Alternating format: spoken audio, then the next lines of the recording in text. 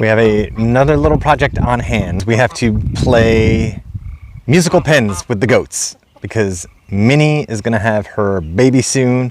So we have to figure out how we're going to move the goats so she has her own area in her birthing stall. So we're probably going to move Lucy and her babies and Rosa and her babies to where the geese are. But that means they need to have a hay feeder as well. And we just built a hay feeder for them over there, which is really too big for us to move. So we're gonna leave that there for Minnie, and we're probably gonna try to build a wall hanger feeder for them. We're sticking to the theme of using what we have on hand.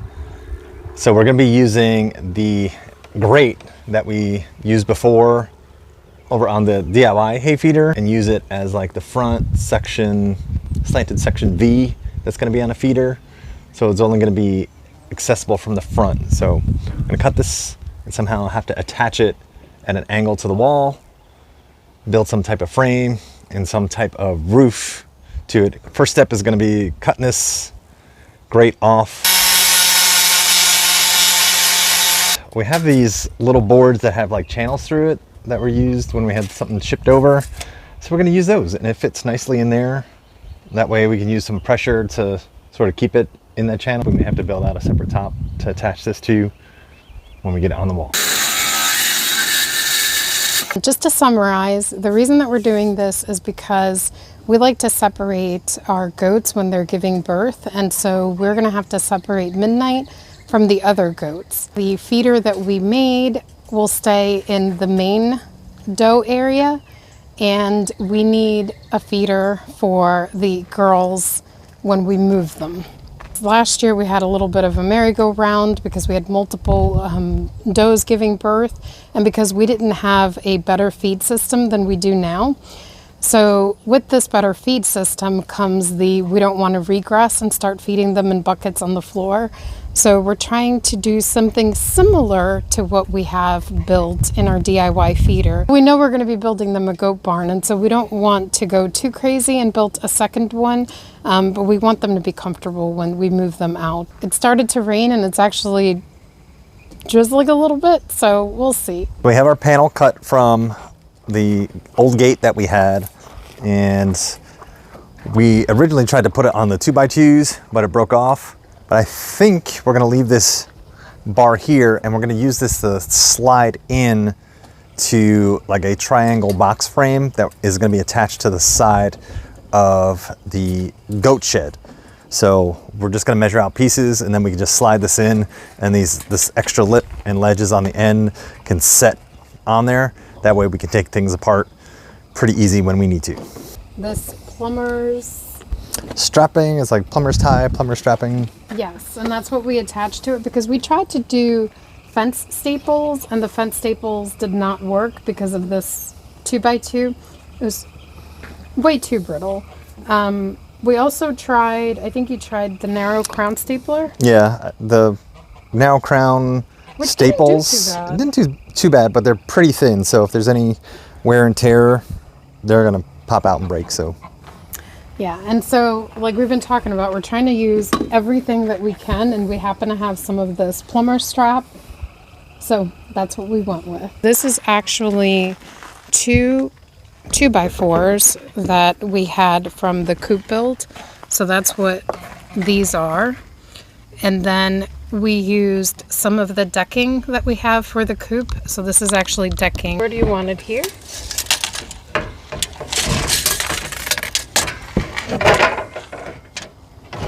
Let's just use this as the guide right here. Like that? Yeah, that's about 18 off the ground. Okay, so you want it there?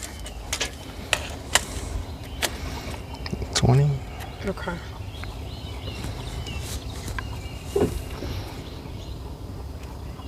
What do we do now? Well, basically I have to screw that in. Okay. Make sure it's all level, but I don't know if You want me to go find the level? the level.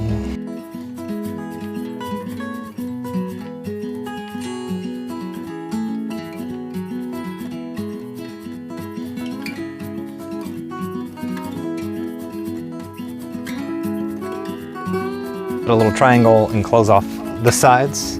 Right now it just locks in there.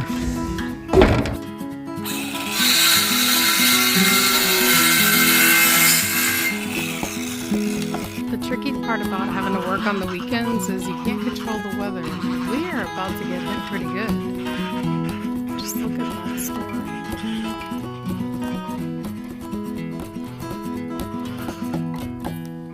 It's Saturday. Yesterday we thought we were doing so great and on a roll with our hay feeder project, and it started to pour. And I mean pour like we just had to abandon. Like, we still have materials here. We basically said, get the electronics, save yourself. And so today we pretty much have most of the stuff to do. But I think I'm feeling pretty good about it. What do you think? Yeah, I think really just putting the sides on. I don't think that we're going to be able to test it yet, and we have chickens all around. So if the camera falls, yeah, we know what happened. Well, supervisors / site inspectors are here as well, so they're always finding something to complain about. yeah, and they're just complaining. I think they're looking for their bribe. So we're going to get to it, and hopefully we can finish it because, oh my gosh, we have a list a mile long of other things to do. So let's get started. Most of the feeder is done. It's all attached to the side. We just got to figure out how we're going to attach the wooden panels to the sides here, and then figure out a way to cover it.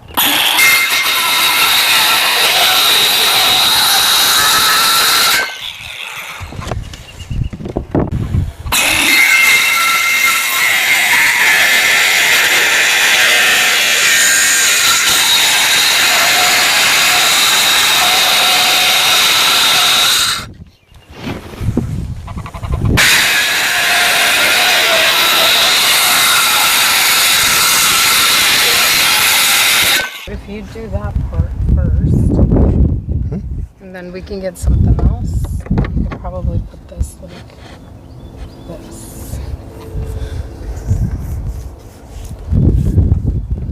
Does that work? You feel good about it? I should say, do you feel better about it?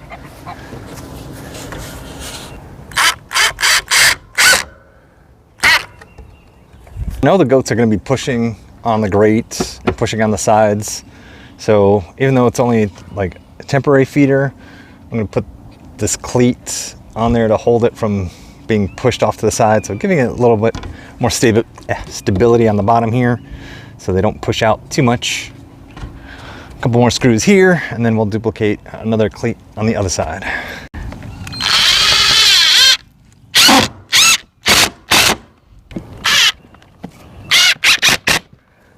That looks good. What do you think? What we're gonna do so they don't pick it up. So they pick it up and go like that, then Yeah, they're done. but that's what we talked about. That's what we talked about. We're gonna put a screw through here. The other option that you have is you can put a screw there to hold it. That one I think is more dangerous though. Like if you put screw here and screw here and screw here, not onto the thing, but just more to cause some more, like, so that it can't be pushed. No, I'm worried about them pushing it up. Because if they push it up and it drops over the lip, then it opens and everything falls out. Okay, so that's what I'm saying is we just put screws through here. You don't like that idea?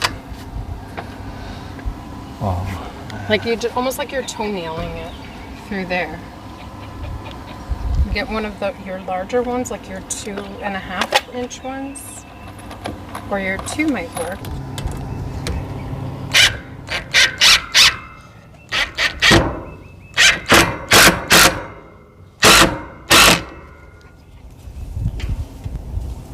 We have the feeder done, and now we have the tough task of figuring out how we are going to do the cover.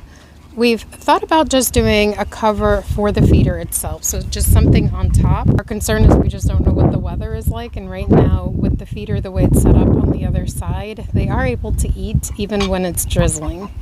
So we are trying to figure out how to build a roof that will work and will still allow us to be able to refill the feeder. We drew a little bit of diagram because that's how I usually think, and Nick thinks best when he has a little bit of a diagram to go off of. So right now we are thinking of attaching some kind of bump out, if you will, to the shed itself. We are limited only by the materials that we have on hand. It is the challenge that we've taken on, and I think we can do it. It's going to be tricky.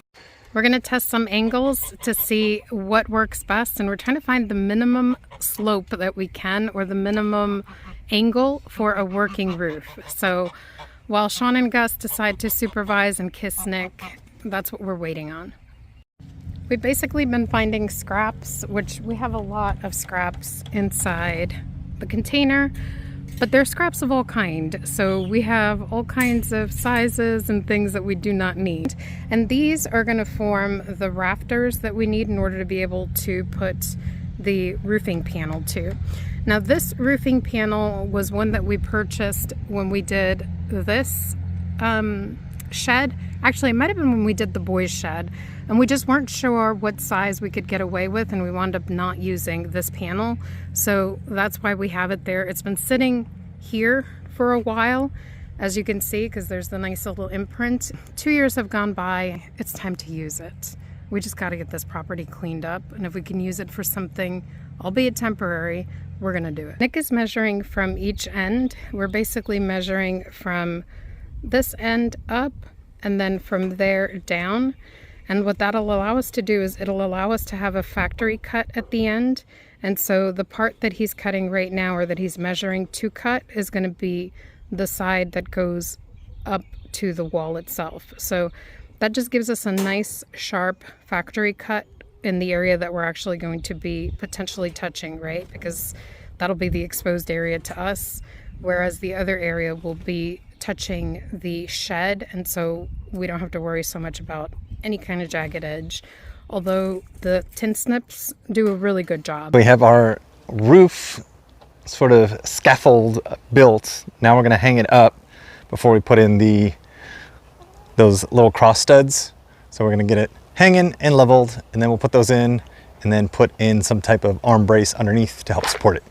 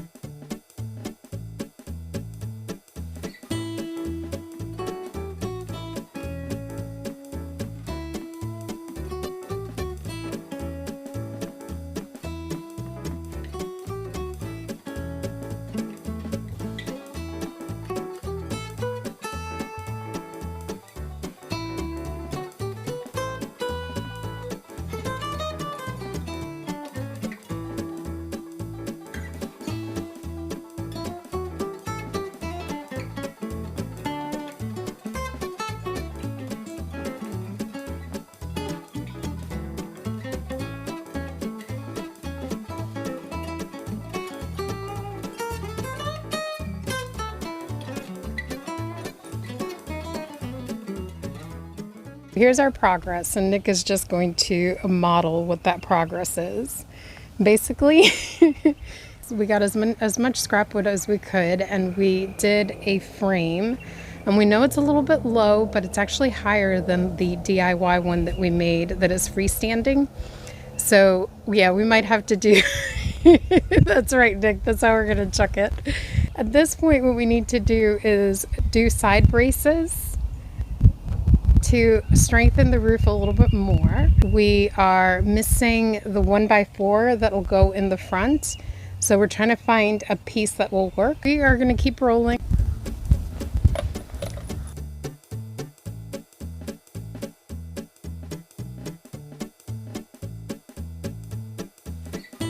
We played around a little bit with the roof in order to get the measurements that we wanted. One of the biggest things when you're installing a metal roof, especially because of how the seams are, you want to make sure that the seam opening faces away from where you get all of your fronts. So most of our fronts, like the wild weather, comes from the west and from the north. So that is north, that is west. So we want to make sure that the seam, like the overlap opening, goes towards the east or the south, depending on how our building is facing. So for this, we are placing this one on top of the other one, like that. Like that.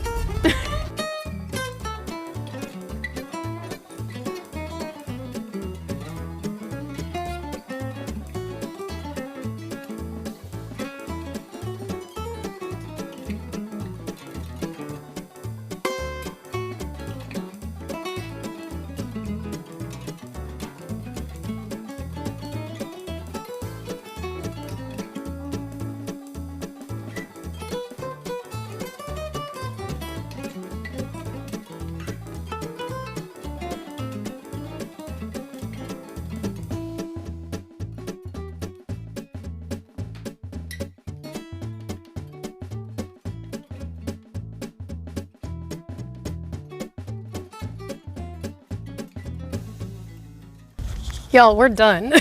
Finished. 99% done, really. But mostly done.